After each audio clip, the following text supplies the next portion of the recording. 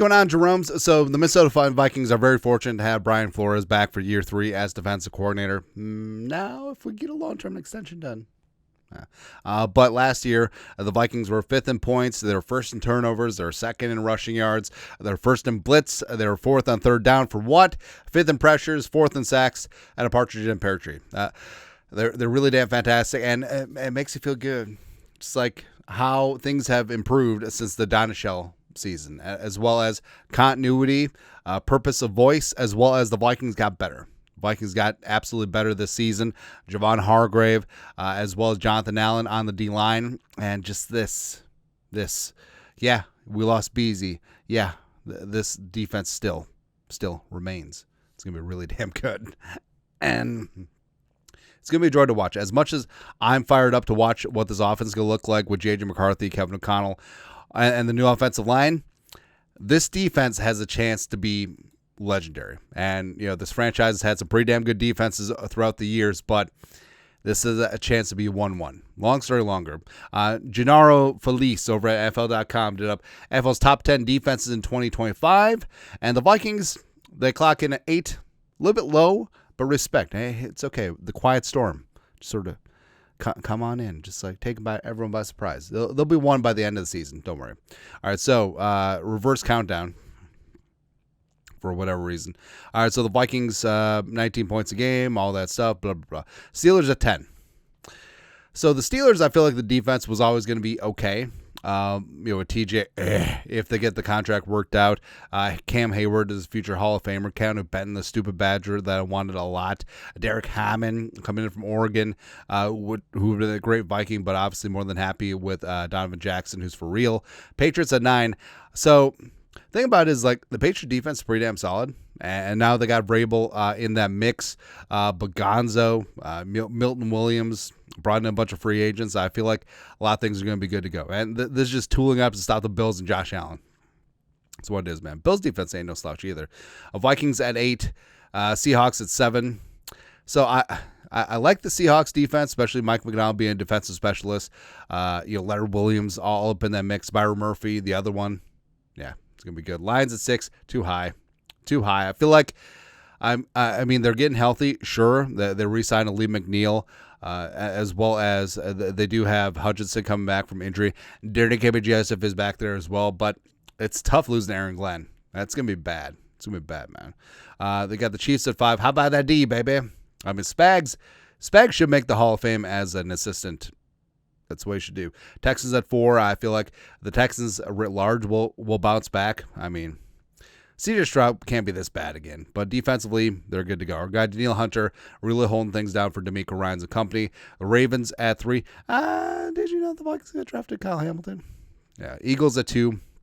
Respect, man. Because, honestly, I feel like everything that's going on with the Eagles defense, even though they lost some free agents, I feel like they will just reload. It's exactly what they do.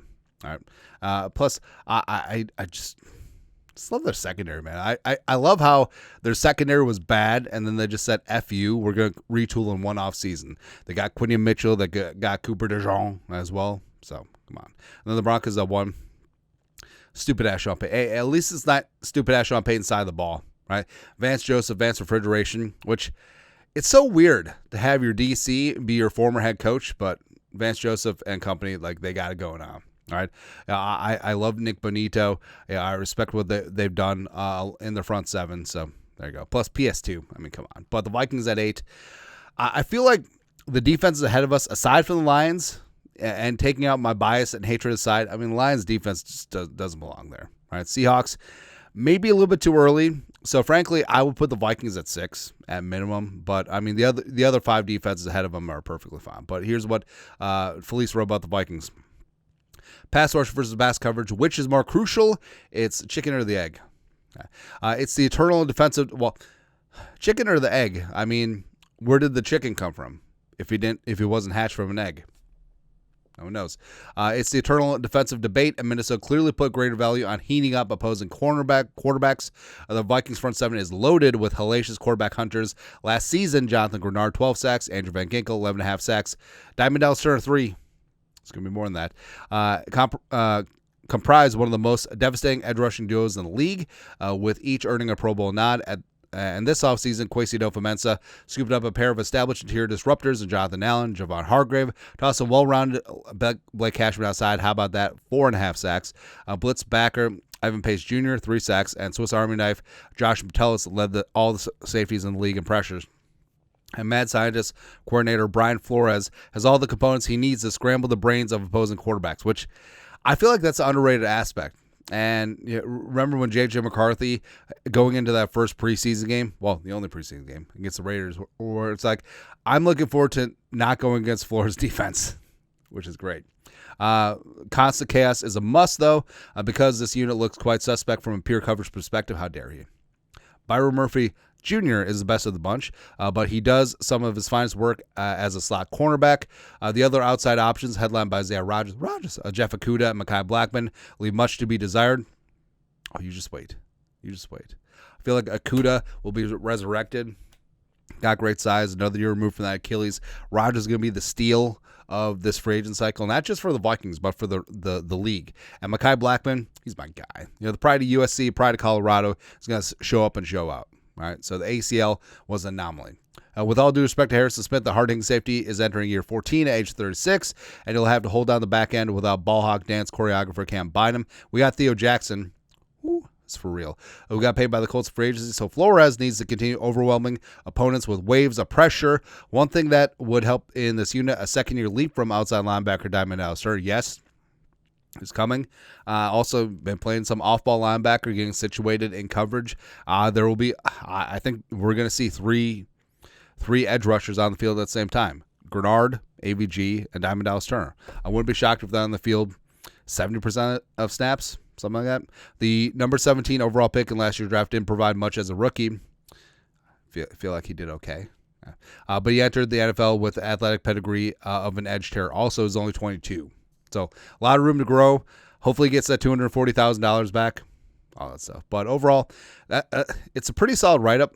And I feel like there is questions in the secondary, but I feel like that pass rush is going to cover up a lot of stink. It is the Draconor that covers up a lot of things because, I mean, I'm a pass rush makes good secondary versus good secondary makes good pass rush type guys because, I mean, the quarterback – any quarterback worth his salt could sit back there all day and pick any secondary part, even the absolute all-pro, best first-team Hall of Fame cornerbacks and safeties.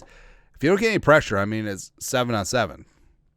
He's going to sit back there and throw darts. But if you move the quarterback off the spot, you get him thinking, you hit him a couple times, maybe not bounty gate stuff, right? But you just let him know that you're there. It's going to be a long day.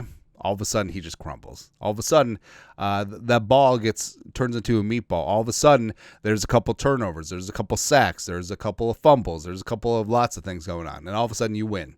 You win the day. So this pass rush, can't wait. They're deep. They're highly variant.